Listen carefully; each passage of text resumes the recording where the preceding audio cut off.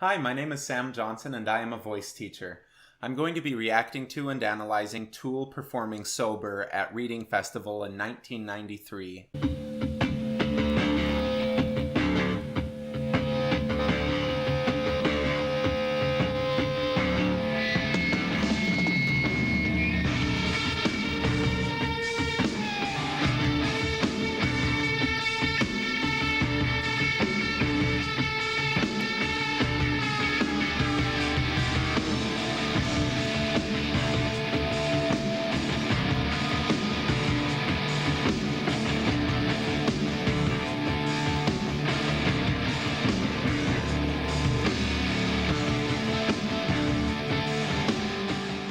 I'm gonna do that with my hair probably next week.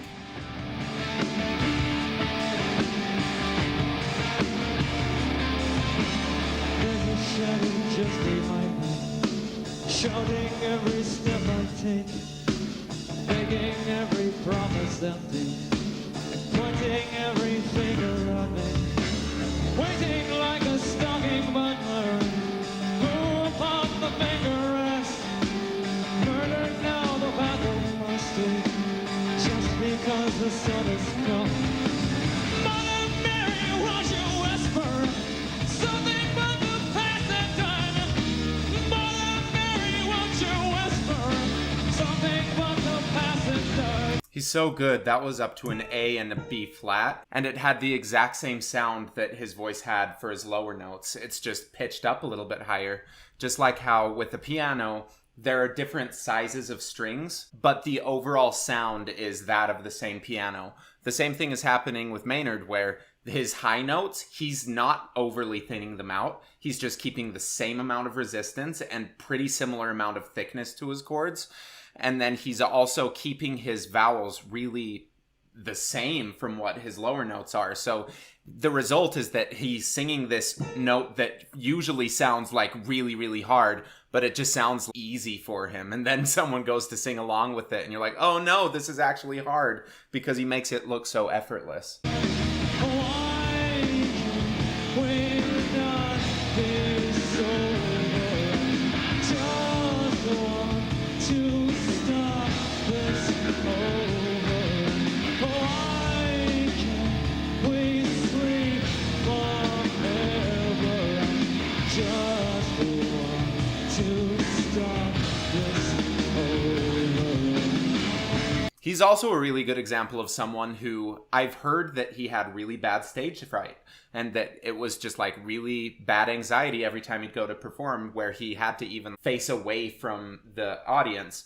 And that's really hard, but through practice, I mean, he's at least able to do it and not let it affect his voice. I don't know what strategies he's adopted, but usually with just time, if it's something that you love, if performing is something that you love and singing is something that you love, you're kind of able to get through that kind of stuff. I don't know if he's had outside help with it or therapy or if any medications or anything, but it's really cool to see that someone who I'm pretty sure had really bad anxiety and stage fright is able to do it and perform in front of thousands of people.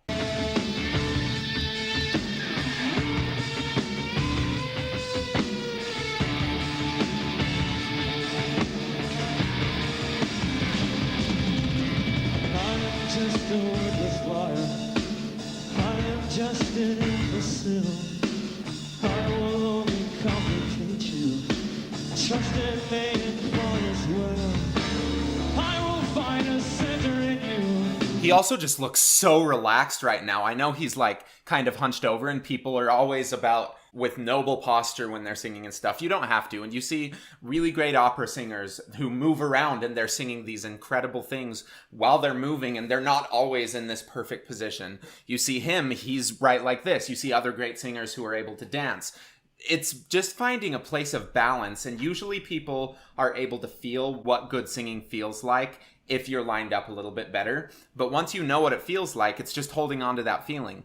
Sure, if he was having any troubles or something, that might be something to look at, but it's totally possible to sing while you're in different positions, and he's proven it. I will chew it up and leave. I will work to elevate you. Just enough to bring it down. Mother Mary, won't you whisper something but the past And it's still such a narrow vowel at the top. Something about the pat rather than something out. And that's one of the reasons that he's able to keep it sounding like his low voice, even though it's up at that A or the B flat. It's incredible, and he has a ton of power with it, but it's not from pulling up chest voice. It's by letting the feeling move up a little bit, but not letting go. So that's a thing that's kind of confusing for a lot of people, is letting the feeling move up into your head, so that it is head voice because you're feeling it up in your head, but you're not letting go. That's the thing that kind of gets coupled together a lot of times when people are learning to sing, is as you go to high notes, it flips. It goes like, ah, and then the high notes, they all sound a little bit different. But what he's doing is allowing his vocal cords to stay together as he goes to those higher notes, so there's not that moment where it flips. The sensation still has to move up because there's a change in dominance of which muscle is being used the most, and the resulting feeling is just that it's going to move up a little bit, but there's still a sense of connection, a sense of holding on.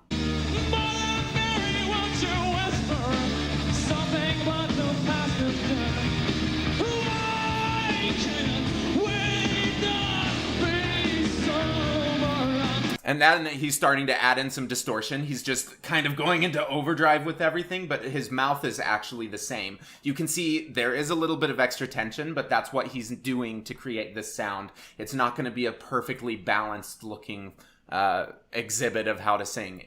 There's going to be some weird stuff going on sometimes, and that's what he's doing with that. But he's not throwing out all of his vocal technique to go get that sound. He's just getting really intense with it, so he's still connected to what it feels like to sing good. He's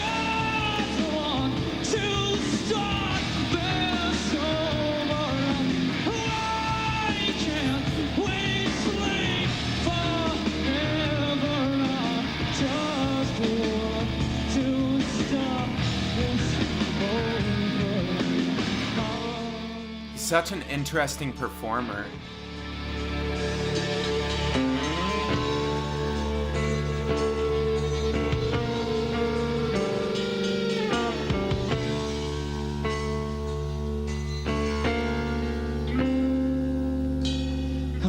Just a worthless liar.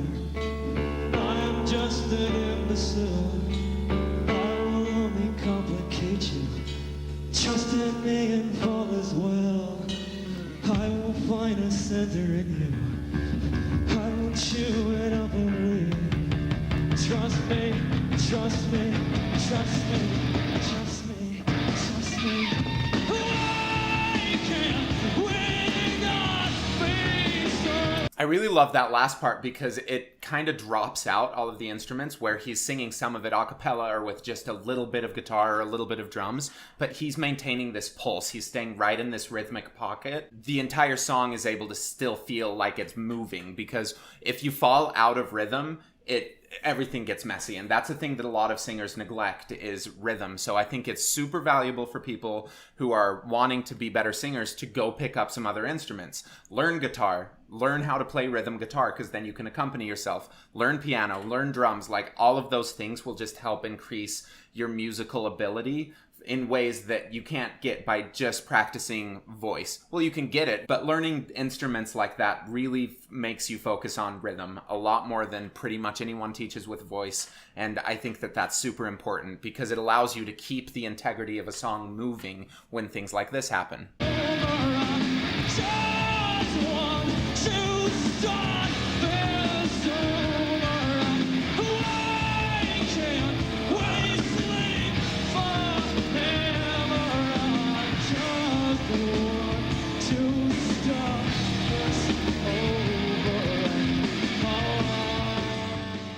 Bit of distortion on it, even though it's a lower note. A lot of the times you hear him go to the distorted sound when he goes to some of those higher notes. It's just a little bit easier to add in a fry scream rather than having to growl with it. At least that's how I've felt it with my own voice. But it's kind of cool that he was singing this lower note and he still added a little bit of that distorted sound on top of it.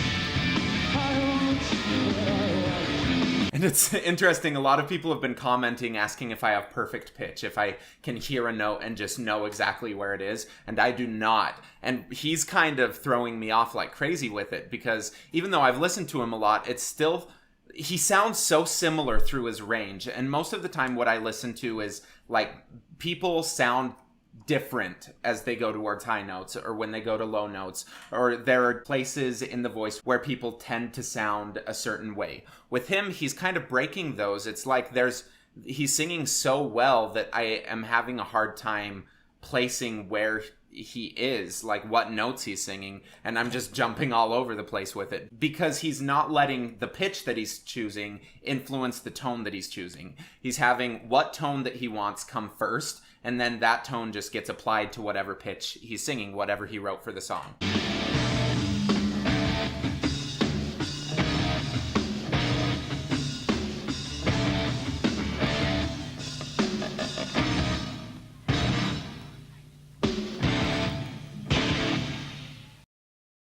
That's a cool performance. I've never seen them live, and I would love to. He's such an interesting performer and just an interesting guy, and it shows through in the music that they write. It's really complex instrumentally, and it's complex lyrically. There's just so much complexity, and I think that it stems from their ability to be honest as musicians, because they're not trying to be something that they're not. They just found how they can let this genre tell the stories that they're wanting to tell and express themselves in the way that they're expressing. But it's super authentic. And I think that Maynard is just one of the best singers in this genre, where he just sounds like himself no matter what note he's singing. He has unbelievable breath control with his distortion and with everything. He's just really good at that and very in control of his instrument.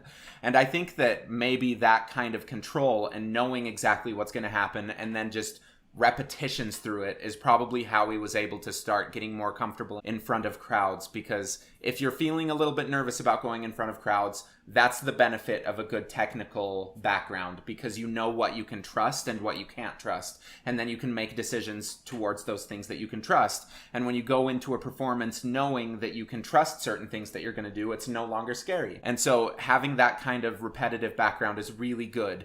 And I don't know if he's taken lessons, but it sounds like he just has such facility over his instrument, and I think it's awesome. Thank you for watching. Please like and subscribe. Go check out my description below, where there's a link to my Patreon, to my Instagram, and if you're interested in signing up for voice lessons over Skype or FaceTime, go check out my website, vocalease.net. Thank you.